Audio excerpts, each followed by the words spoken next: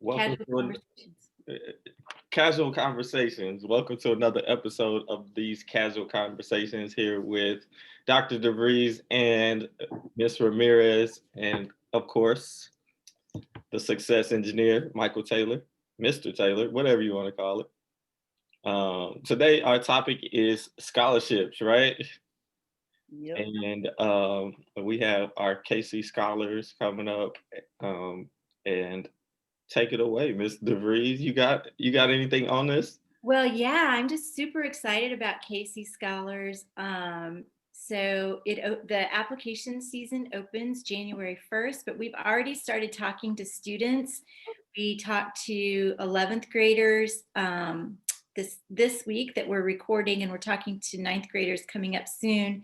Um, the cool part about Casey Scholars is you apply in 11th grade for their traditional scholarship, and then that really makes your college search a little bit easier.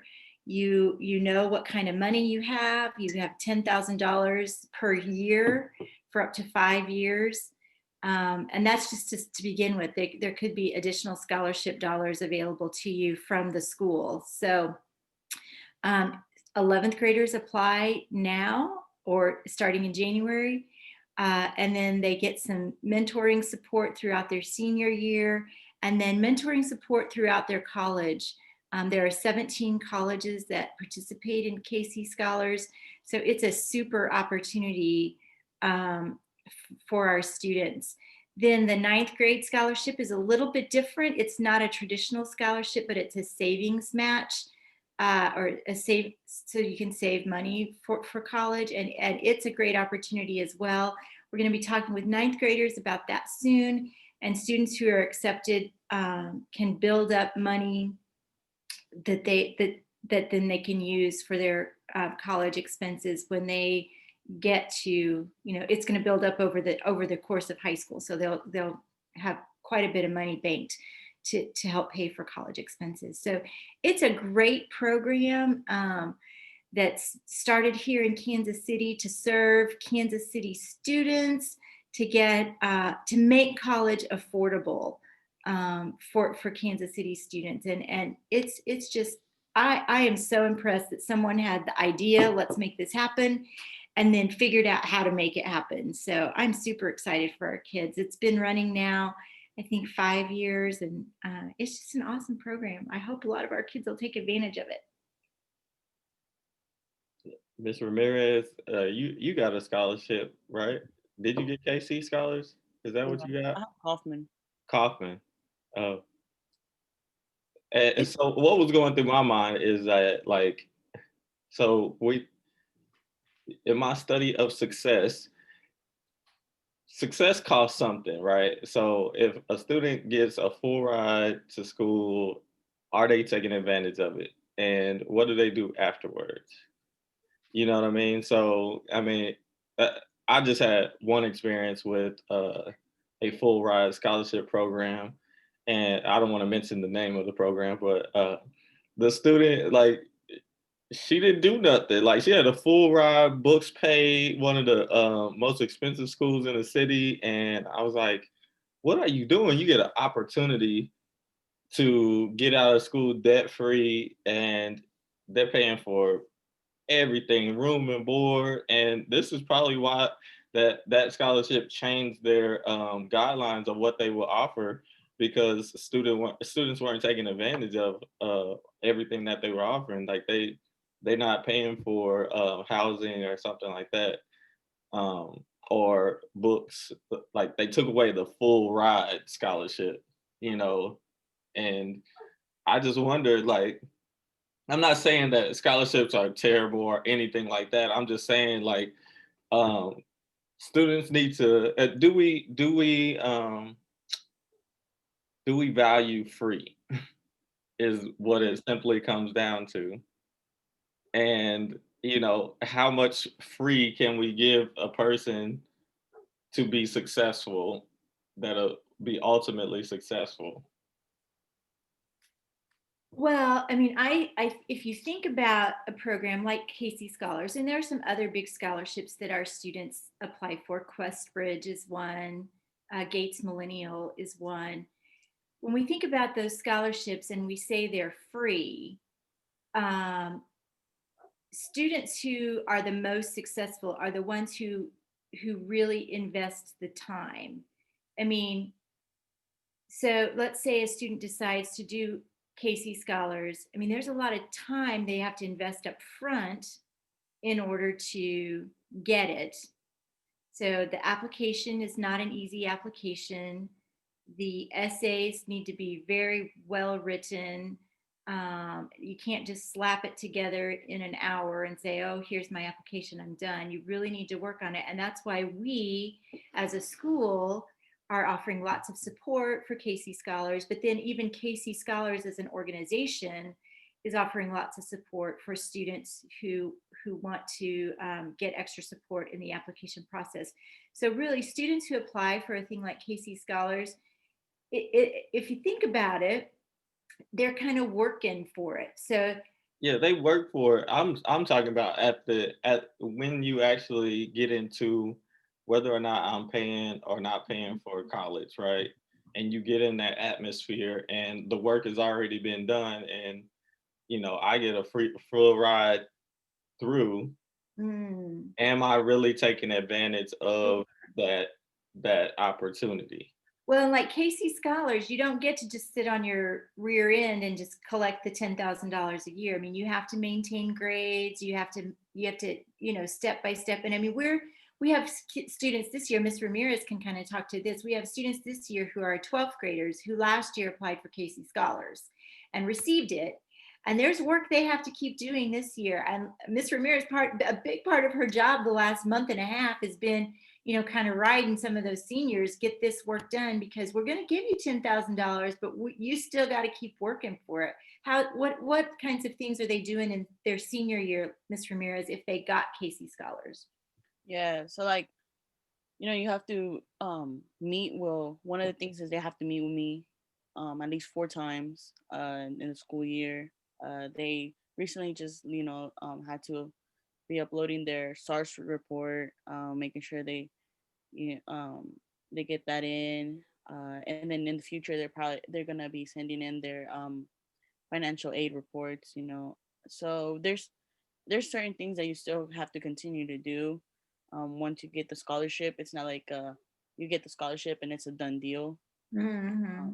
So, and that's kind of how Kaufman Scholars was for me too. Like, um, I had to I had to do all that, and then when once I got into college, then it was more of sending them my transcript at the end of each semester just to make sure that I was keeping that GPA requirement, um, making sure that I applied to other scholarships, because at the end of the day, like, Kaufman was a last cent type of scholarship where they'll pay for it, but they would rather me get other scholarships too.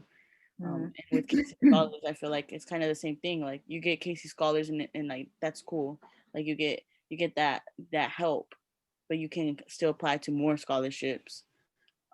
So that's just certain things that, I mean, you have to continue to do. Have to keep communicating with like the people from Casey Scholars too, and making sure that you know you're doing the right thing. Yeah. Almost in a way, Casey Scholars and other scholarships similar are like a little mini part-time job. So you have stuff you have to do all along the way. It's not like you have to work 20 hours a week to get it, but probably every month you have to spend like 2 or 3 hours making sure you're keeping up with everything.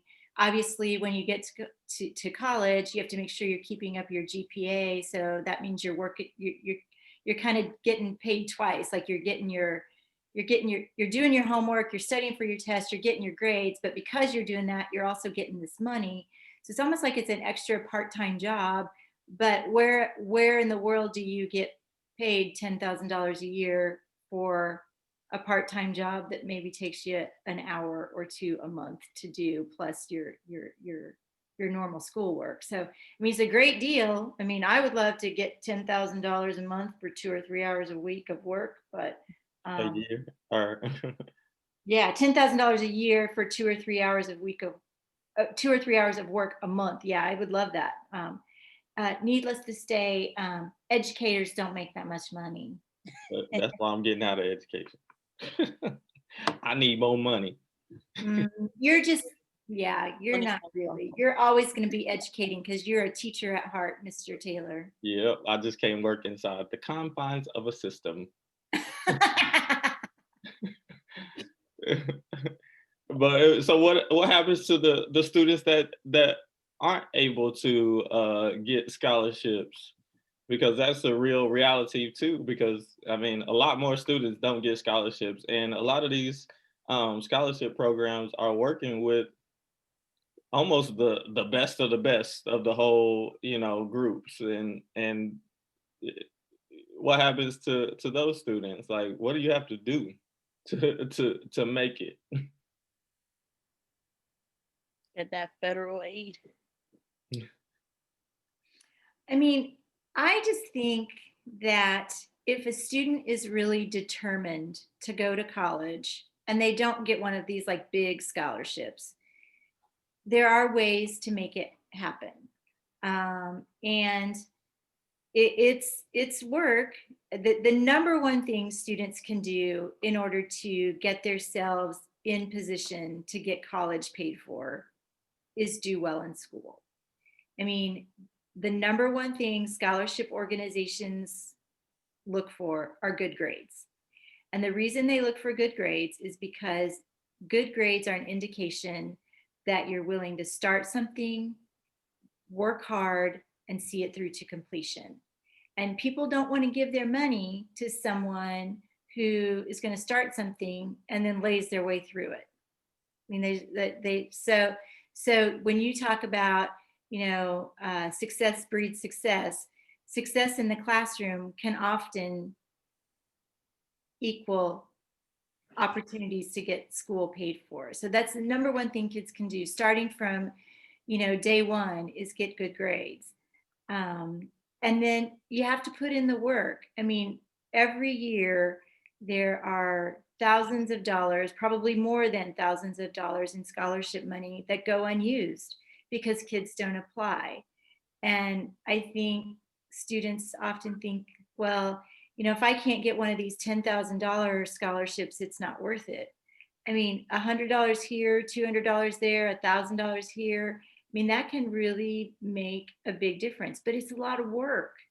I mean, it's not easy, and so that's why I encourage students to kind of set themselves at, maybe not once a week, but maybe every other week, set aside, a Saturday afternoon or a Sunday afternoon and spend 2 or 3 hours just working on scholarships, because you know it's money that comes in. We've got a scholarship right now on our scholarship webpage. It's called the Wyatt Family Scholarship. It's due December 31st.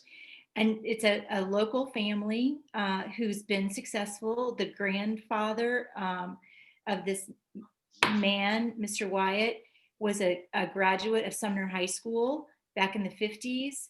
And the grandson is a successful business owner here in the Kansas City area. And he and his family siblings decided they wanted to set up a scholarship to honor their grandfather. And so it's $1,000, which doesn't sound like a lot when you think, I'm going to a school that costs $14,000 a year, but it's $1,000 scholarship given, you just have to, one student gets it. So, just because you fill out the application doesn't mean you'll get it. But I've worked with these kinds of scholarship organizations a long time. And more than once, I've had someone come back who gives a family scholarship and said, we just can't pick. There are too many great students. So this year we're going to give 2, or this year we're going to give 3. So I encourage students to apply for that. Spend some time on the essay that goes with it. Spend some time on the application. Ask somebody to read it over. Make sure you're telling your story the way you want it to be told, so that it'll kind of pull at the heartstrings of those application readers, because we know there'll be one from Sumner, like one student out of 180 is going to get it. But I would say there's a good chance if 2 or 3 kiddos wrote an essay that they just couldn't resist, that the family will say, let's cough up another 1,000 or another 2,000 because we can't let this kid not get it. So we'll see what happens. But right now, as of now, I don't think anybody's applied for it. And it's due like in 27 days. So, and once we go on holiday break, nobody's going to want to be working on a scholarship application. So kids need to get those done early so that they can get them submitted and get in consideration, because we want students to take advantage of that. What if no one applies? That's $1,000 that could have gone to a Sumner student that might end up going to a Lincoln student because grandma went to Lincoln. And so did Miss Ramirez. I was like, oops. Yeah, I didn't Yeah. get no scholarships. So I mean, I got a basketball scholarship but I didn't get no other scholarships. So got I got 2 scholarships besides the Kaufman. I got um the Hispanic Development Fund scholarship, and that one, there's certain institutions that match it. So for example, I got 1,000 for that my freshman year. And so after when going to K-State, they're one of the matching schools, so that my 1,000 turned into 2,000. So that was pretty cool. And then I also was a SCLC scholar, so that was really cool too. But the thing is that I didn't even know about those 2 scholarships, and then I got told about them. And sometimes like like you just think like, oh, like I probably won't get it and things like that. So like that's I think Dr. DeVries brought up a good point. Like a lot of times not many people are applying to some of these scholarships, and so you shouldn't think like that. You should just go for it and apply. And who knows, even like I had a meeting with one of my students the other day, and I was telling them, I was like, even scholarships that you might think sound kind of weird, like, getting trying to apply for the like McDonald's or Burger King, maybe they give scholarships too, like little places. I feel like that's important to try and get some of those scholarships. um and there's a lot of scholarships that are local. Yeah, a lot of local scholarships. And if students who have a job, I mean, a lot of times places that you work give scholarships. Like you mentioned McDonald's and Burger King. I think Taco Bell does as well. I know Hy-Vee gives scholarships, and you have to work at Hy-Vee to get it, but it's $1,000. So hopefully students, when they see these opportunities, will take advantage of it. I mean, where else can you spend an hour and a half writing an essay and filling out an application and getting $1,000 in your pocket? I mean, it's a great opportunity for students. Yeah. And Yeah, even when I went to school, Mr. Taylor, I didn't get scholarships, but when I went to school, it cost $500 a semester to go to school, and I lived at home. So it was different days back then. yeah, When my kids, when I'm a part of the group that fell through the cracks.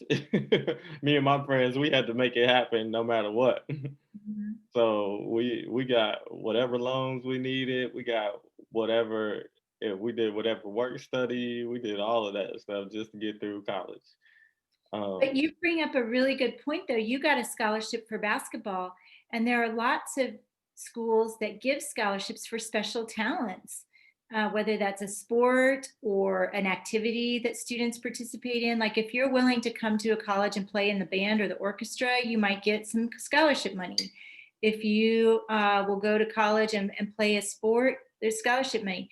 And the thing that I think sometimes we forget is you don't have to be the best to get scholarship money. Because this is just a little secret, but sports teams have to keep up a GPA.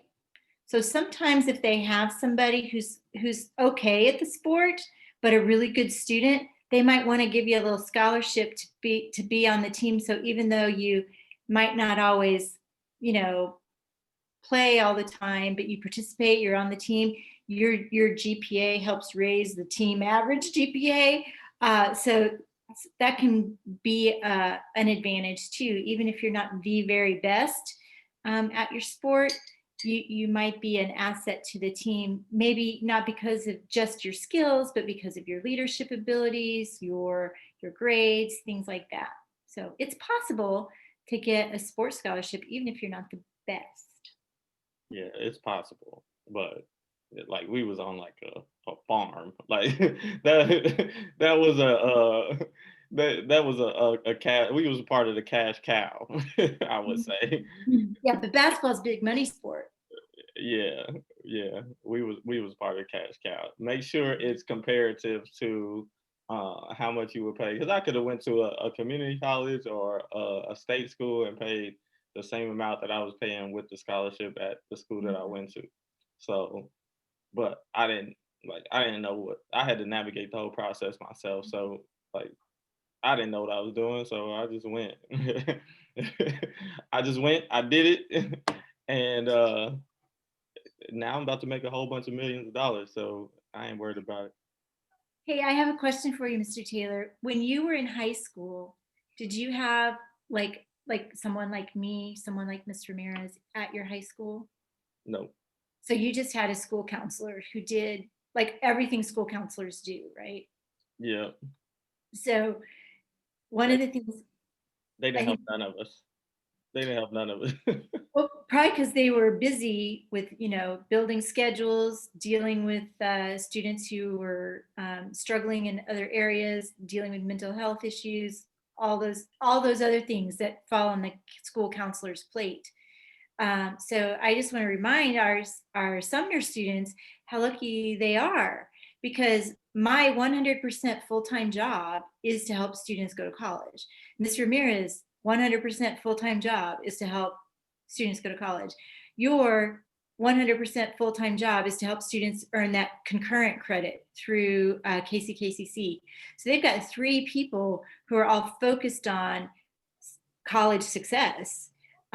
Whereas, 10, 15 years ago at your high school, there wasn't somebody. 20 years ago. 20 years ago, you're older than I. No, I just can't do math. I know how old you are. I just can't do math. Yeah, it wasn't nobody. Like I talked to my best friend from high school, and we didn't have anybody that was coming and talking to us or anything. We needed a whole bunch of hand holding. And we're here to hold hands. I get really sad when I think about that there are students out there who are confused and don't know what to do, and they aren't asking. Because we can reach out, but there's 182 of you seniors, there's like 240 of you juniors, and we want to help you, but we're going to help the ones who ask first, because they're, squeaky wheel gets the grease. So if kids are asking, we're responding. And so sometimes it takes us a while to get around to the kids who aren't asking. I mean, we're trying to get there, but if students reach out to us, we're going to respond. So I just hope that, by doing these podcasts and by creating our newsletter and all the things that we're doing to try to communicate, I hope students will respond, and I hope they don't ignore us. Like if you get an email from one of us three, you better read it. It's probably important. It could be money. Yeah. And I think something else to think about is for example, like if you don't get a scholarship right now, it doesn't mean that like you can't get a scholarship later on. Especially from like your school, because once I got to like K State, like I applied to other scholarships from K State. I think like sometimes you we forget that like you can like your senior year, like yeah, you can get money and stuff, but the rest of your like college career, you can also like you can still get scholarships. Mhm. So that's just something else to kind of think about. Yeah, especially like once you get in your major department. So like if you're studying biology, I bet there's a biology scholarship that they give to more than one biology student. If you're Yeah. studying accounting, there's probably an accounting scholarship. So yeah, students really need to continue to look for those when they get on campus. And your financial aid officer at your school, it should be your best friend because they know what money is out there and they know how to help students access it and they can remind students of deadlines and things like that. So, Hmm. working with the financial aid office, especially like if you're in a tough situation. um, I know right now, students and families are probably a little worried. Is COVID going to be over by the time I start college? And if it's not, what if my parents lose a job? Or, what if the business where my dad works has to close? I mean, those things are going to affect how much money I have to pay for college. And that's where your financial aid office at the university can really be helpful, because they know of other sources for money, or they know how to maximize your federal benefits if there's been a job change. So, if a student is only eligible for some financial aid, but then there's a job change in July, uh, that office can help students access additional money. So students need to not be afraid, um, to communicate their financial needs with the offices that can help with that on campus. Because like Mr. Taylor, he had to do it all himself, and I mean, in some ways that makes me feel really sad, but in other ways, I think about the lessons that he learned, that he had to advocate for himself to make it happen. And so, students, that's a great lesson for you to learn as a high school student, or even as a college student, is advocating for yourself, because there might not be anybody else there to do it for you. Maybe it's not because they don't care, it's just because maybe they don't know or they don't know what to do.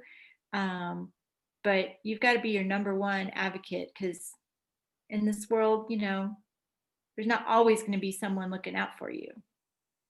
Yeah, I would say, hey, be your number one advocate, but always work like you ain't got nobody.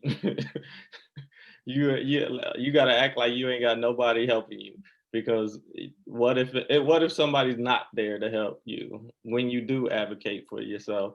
Yeah. And that's you still got to make it happen. So that's why it's important. I always talk to students about their goals. Like, you got to be clear on your goal and not have any regrets about going in this direction. You know what I mean? So if you want to go get a college degree, make sure that's what you want to do, because there's ways to get there and get it done. It might not be a easy way to get there and get it done, but don't regret going to school and you paid this money out of pocket, somebody else's money, loans, whatever, and you didn't put in all the work that made you not regret going the opposite direction for 7 years Mhm. ago. You know what I mean? So you still, that goes back to what I was trying to mention earlier. You still have to go and put in the work, and you got to make the opportunity, the experience valuable. Not, hey, I'm going to go get this scholar or get this degree and it's going to fulfill all my dreams. That's not necessarily how it works. Yeah. So you got to go make it happen, and that work is, it's a teamwork game. And if you use all the resources to help you in your process, that game can be a more simpler for you. But you still got to put in the work. You got to put in the work like nobody's giving it to you for free. Mhm. Maximize your opportunities. Yeah. Well, and you and I have had conversations before about how um, you got to be working for those dreams all the time. Like you know, it's easy to waste time, but that's time that you could be spending working on making your dreams your reality. And I mean, every time I sign a student's yearbook at the end of the school year, I always, that's my signature: make your dreams your reality, because I believe that that students, it's what I want them to think of when they think of me, is that this is somebody who encouraged me to make my dreams my reality. But the way you do that is not by, sitting around and liking Instagram or making TikTok. Well, I guess if you're really good at making TikTok videos, but watching TikTok videos. But do it But I all. mean, I Do really, it all. That's all I'm yeah, saying. yeah, Do it you all. have to Hustle. do it all. It's a side I was hustle. listening I was listening to a podcast yesterday, and the guy that was on the podcast he was a professor at a university. He leads a research organization. He's just come out with a new nonfiction book, and a few years ago he had a best-selling fiction book. I'm like, who has time for all that? How do you do that? And then I was like, oh yeah, that's Mr. Taylor. That's not wasting your time. That is getting an idea that you want to do and doing what you have to do to make it happen. And I mean, I'm not saying everyone needs to, have success in four big giant areas, but if there's something you want, you got to put in the work to make it happen. I call them arenas. Like you step into different arenas every day. So like right now I'm in my work arena, like my full-time job arena. When I go to the gym, I'm in my group fitness arena. When I'm at home and working on my book, I'm in that arena. So like I need to know what my goal is in all of those arenas. So when I get there, I know what I need to do ahead of time and I can prepare myself to do that and focus on whatever arena I am in that moment.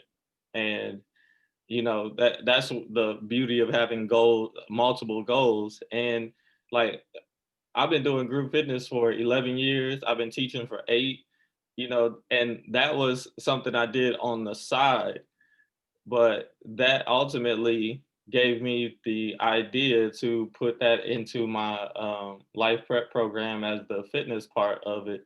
And over those 11 years, I put in my work on the side while I was working full time, while I was volunteering, while I was doing all these different things. And now over time, I put in my 10,000 hours, quote unquote, of group fitness. You know what I mean? And now I have a certain level of expertise just because I was putting in that little bit of work every day on the side for a long period of time. So it doesn't have to be like it was just 3 hours a day. But I did sacrifice. I sacrificed going to happy hours and networking events and different things like that because I know that this is a part of my success, right? And another part of success is developing a health routine, a health and fitness routine. So I hit a whole bunch of um, I checked off a whole bunch of boxes just doing that one little thing after work every day for 11 years, right? So I mean, it's just little things over time you don't know. Just like doing TikTok videos, doing those a little bit over a long period of time, you get really good at that. So over 10 years, when the next when they have a different social media platform, you're going to be ready because you've practiced for so long to do whatever you want to do with that social media platform, because we know they change all the time, they get popular, whatever. But just that's why I say do everything, because you don't know what your success is going to bring you. Like if you're in college and we already know you only going to go to 3-4 classes a day, that's 3-5 hours a day. What else are you doing? Are you going to a job, like for 8 hours? That's 13 hours. And then you got another 11 hours. What are you going to do with that 11 hours? I mean, you can do some TikTok videos, then you can sleep or whatever. You ain't. I don't give people passes, like especially college students that don't play a sport because y'all barely getting physically worn out. Yeah, Like you yeah. can't get physically worn out if you ain't playing a full-time sport. Like I was playing a sport, I was a full-time student, I was a full-time um in the organization I was in. Like we had requirements to do that. I had work study. I was a resident assistant, so I had multiple arenas that I was in every single day, all day, every day. So y'all don't get passes. Like I had practice in the morning before I even went to classes. Then I'm in class for 4 hours. Then I go to work study. Then I go to another meeting. Then I go to study hall. Then I go to a event that night. You know what I mean? That we have to run. It's like you don't get a pass. Like why? I mean, you got a whole bunch of time, Mhm. especially when you go from high school to college. Like the time you get to spend with yourself is you need to know how to use it. And that's my mission, is to help y'all use that time to thrive in the next 20 years. You know what I mean? So I mean, I was fortunate enough to put all those things in my schedule consciously because I know I wanted to get out and not have anybody tell me that I wasn't qualified to do something, which they told me that anyway, but but I knew what I did. I knew the work that I put in, so it gave me confidence to know that if I just wait long enough, if I hold my breath long enough, that I'm going to get to a place where I don't even need these jobs. Like, and that's where I want to get y'all to be.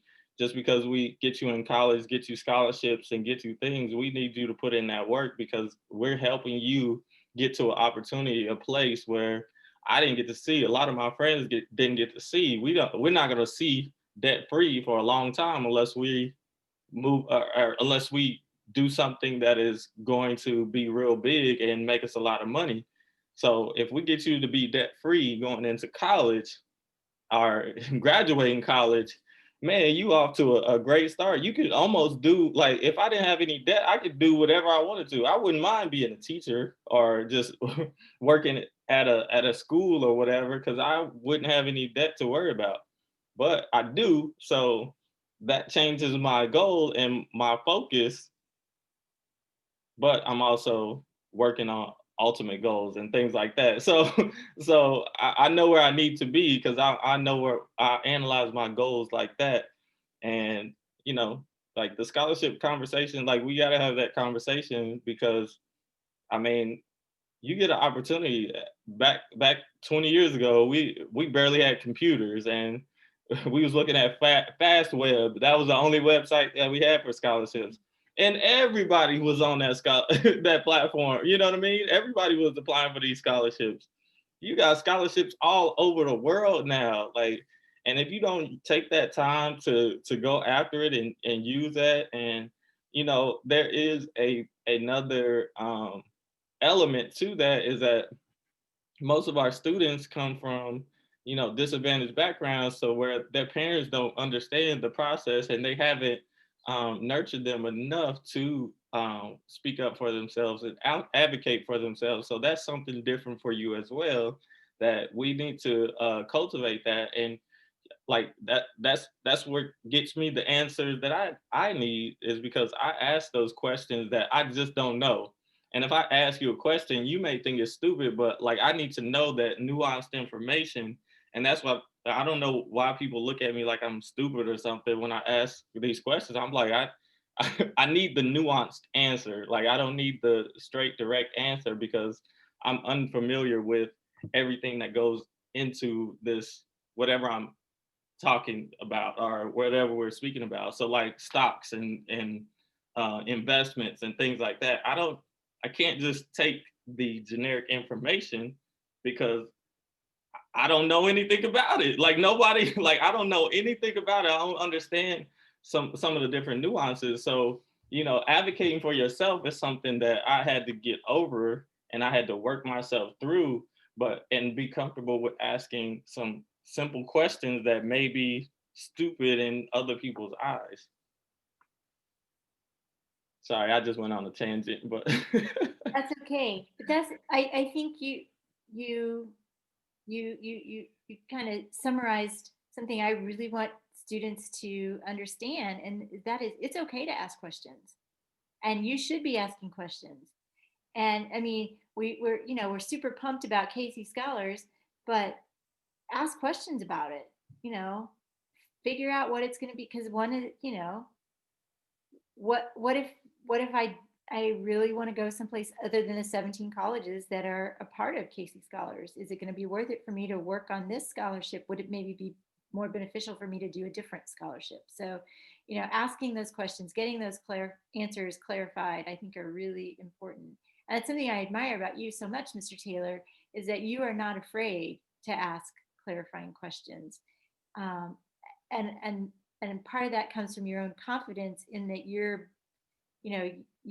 building your knowledge base. And so I hope that students recognize that asking a question isn't showing what you don't know, it's showing what you want to know.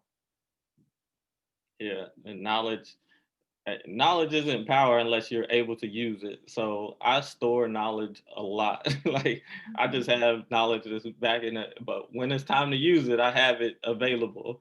And that's what makes my frame of reference so big, is that I talk to so many different people and communicate with so many different people and listen to so many different people. And people have said that I don't listen, but I listen. I just, if I have more information than you or knowledge than you in a certain subject, I'm not going to take your advice. Like I'm going to use my own innovative, creative process to do whatever I want. Because I have family members that like they never set foot on a traditional college campus. Like, and they're telling me what jobs I should have or could have or whatever, and I'm like, you didn't even graduate college, like, and I got a master's degree, and you got to understand my history is that, like, once I graduated high school or college with my master's degree, it was in the middle of the Great Recession, so there wasn't a lot of jobs that were available, because there, like, just across the board there wasn't jobs available. So I'm getting all this information or negativity that, um like, there's just no jobs out there for 7.5 years, like, or just I'm just around these people that are like, there's no jobs out there, there's just no jobs out there. I was like, I can't be in that mindset, because I have to make this happen. I have no choice. Like, I'm sleeping on the floor in my mom and my cousin's townhouse. Like, I'm not about to stay here for my whole life with a master's degree. Yeah. That's not about to happen.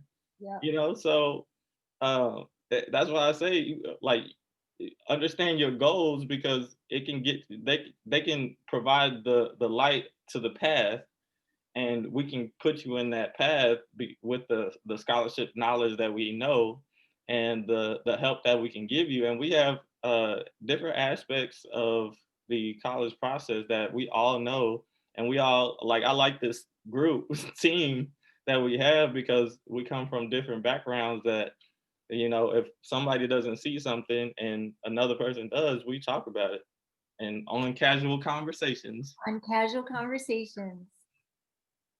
Any last words before we get out of here and get to work? Leslie Ramirez. I would just say, um, don't feel discouraged. If you're a senior and you're not seeing big scholarships, um, like you can get, the possibilities are endless. You can get money while you're in college. You can get jobs. You can get side hustles. Like, don't be discouraged, especially like here. I just feel like sometimes we forget how great Kansas City is and how many opportunities there could be. Dr. DeVries. Yeah, I last words, go for it. Don't talk yourself out of going for it. So whether that's Casey Scholars, whether that's other scholarship opportunities, go for it. The worst that can happen is you'll get told no. And sun's still going to come up tomorrow if you get told no. So go for it because you might get told yes. Yep. And Leslie touched on a point, Mr. Ramirez touched on a point that we probably didn't need to get to, is that like there's side hustles. Like I just was on TikTok and this dude explained how to get tens of thousands of dollars with Pokemon cards type of thing. Like, you know what I mean? But Yeah, on but on the on the other end of it are the simple, the base, the foundation part of it is you still have to invest in yourself. If somebody is investing in you all the time, like our scholarship, somebody's investing in you. So at some point in time, you're gonna have to invest in yourself. And with those side hustles, sometimes you got to put up your own money. Like with scholarships, you're not putting up your own money, and that goes to your mindset is you have to understand that somebody's investing in you and investing in your future. So you want to work for them and you want to work harder for them because they're providing you for with the opportunity to do something that maybe nobody in your household has ever gotten to do. You know, you get a whole new experience, and once you get that new experience, then there's no turning back. Like you want more new experiences. And before the podcast, we were talking about places we want to go and things we want to see and do and be. And a lot of people don't even get out of the realms of their city.